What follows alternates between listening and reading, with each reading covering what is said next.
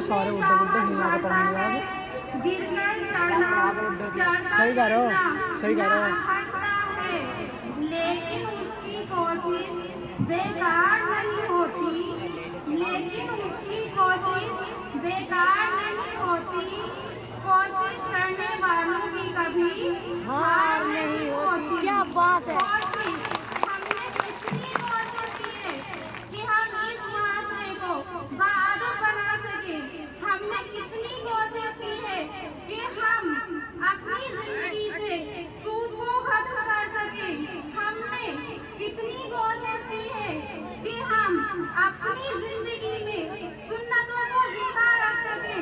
हमने कितनी कोशिश की है कि हम किसी की खुशी में खुश रह सके।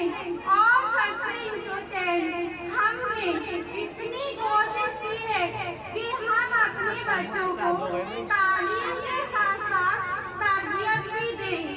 तरबियत हमने कितनी कोशिश की है।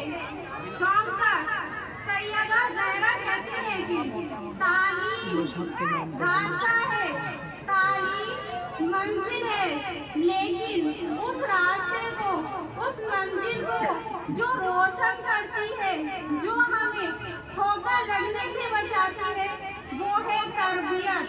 और तरबियत का कोई प्रोजेक्ट नहीं होता, वो एक ऐसा खामोश अमल है जो हमारी रगों में खून की तरह दौड़ता है। और जब खून हमारी रगों में दौड़ने लगता है तो हम मुर्दा नहीं कहलाते। ये तरबियत हमने कितनी कोशिश की है कि हम तरबियत पे तवज्जो दें। की है हमने कोशिश। डॉक्टर सैयदा ज़हरा कहती है कि तरबियत इसका एक रिसर्च होता है। रिसर्च 1961 में एक रिसर्च हुआ जिसका ये रिजल्ट निकल कर आया कि तरबियत क्या होती है। हम जिन कामों के लिए अपने बच्चों को रोकते हैं, टोकते हैं, मना करते हैं, उससे ज्यादा वो सीखता है हमारे रवैये से, हमारे अमाल से। जो दिन रात हम अमाल अपने घर में करते हैं, उससे सीखता है बच्चा। ये होती है तरबियत। हम घर पर बैठे हैं, किसी का कॉल आ गया, हमने बैठे ही बैठे कह दिया हम घर पर नहीं है, उसका क्या असर पड़ेगा बच्चे के सामने जब ये बोलेंगे हैं। वही बच्चा कल स्कूल में जाके बोलेगा टीचर से कि होमवर्क फला वजह से नहीं किया, फला वजह से नहीं किया, गलत भावना बनाएगा। तो इससे ही तो असर पड़ता है।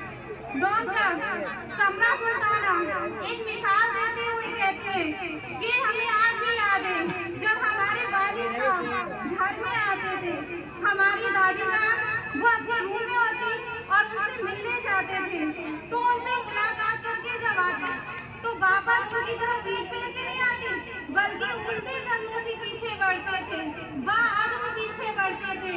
ये होती है तरबियत। उस वक्त वो हमसे ये नहीं कहते थे कि बच्चों आगे चल के आपको भी यही करना है, बल्कि उनके अमाल का हम पे असर पड़ा कि हमने वो सीखा। और हमारी वालिदा उनकी सलाहियतों का तो ये आदम था कि जब भी हमारे वालिद साहब आते लेटी होती तो बैठ जाती थी, बैठी होती तो खड़ी हो जाती थी, अगर सर पे दुपट्टा नहीं हुआ तो प्रॉपर उसको ढकती थी, पहनती थी। ये होती है तरबियत। तो जब हम अपने घर में ये माहौल, ये रवैये पैदा करेंगे तो हमारे बच्चे माँ से पीठ फेरने वाले नहीं बनेंगे, हमारे बच्चे मुसाहिब इस मुआशरे को बाअदब बनाने वाले बनेंगे। स्कूल क्या होता है? स्कूल हमें कॉन्फिडेंस दे सकता है, हमें इनका रास्ता दे सकता है, जिंदगी की दौड़ में आगे बढ़ा सकता है, लेकिन तरबियत जो देते हैं वो वालिदैन भी देते हैं। तो इसलिए मैं बोल रही हूँ ज्यादातर वालिदैन यहाँ पर आए हुए हैं, उनसे मेरी गुजारिश है कि अगर हमें चाहते हैं कि हमारे बच्चे का फ्यूचर बदले, वो आदम वाला बने, तो फिर हमें थोड़ा सा खुद को भी बदलना होगा। अपने जिंदगी में, अपने घर में, अपने रवैयों में हमें ये माहौल पैदा करना होगा। ये होती है तरबियत। इस तरह का जब माहौल पैदा करेंगे तो इंशाअल्लाह इसी ब्राइट फ्यूचर से लाखों बच्चे ब्राइट फ्यूचर लेकर निकलेंगे इंशाअल्लाह। पर उसके लिए थोड़ी सी आपकी भी तवज्जो और थोड़ा सा स्कूल की भी ध्यान देना है।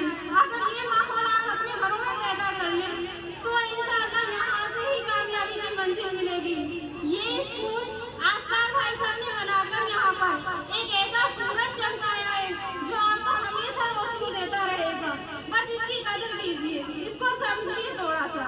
बस आज मैं इतना ही बोलना चाहूँगी। इंशाअल्लाह फिर कभी। अस्सलाम वालेकुम।